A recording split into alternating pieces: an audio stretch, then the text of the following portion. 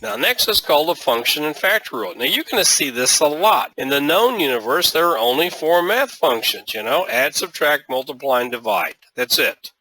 There's no more other math functions in the known universe. So these are our functions. Now, in every math problem, you have to add, subtract, multiply, divide something.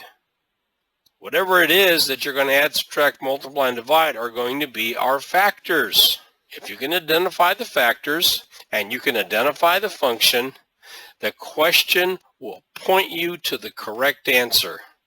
And they're going to eliminate answers that don't work. Process of elimination. Let's take a look at this, okay? Now, most people, when they would approach this question, would either skip it or guess because it looks too complicated.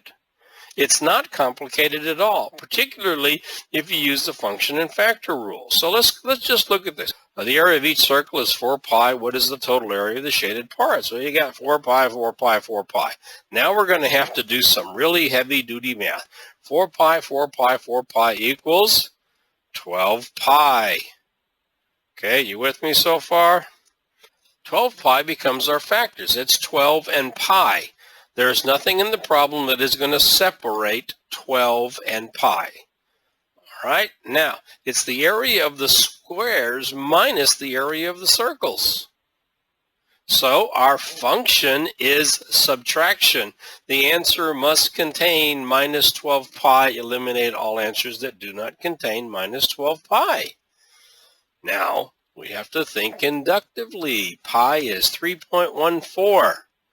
Let's look over here. 12 times pi, well, 12 times 3 is 36. We don't even have to worry about the 0.14, and that's greater than 24. We eliminate that one, and the correct answer is C. Now, how much math did we do? Not very much. This is simply using the function and factor rule and the process of elimination.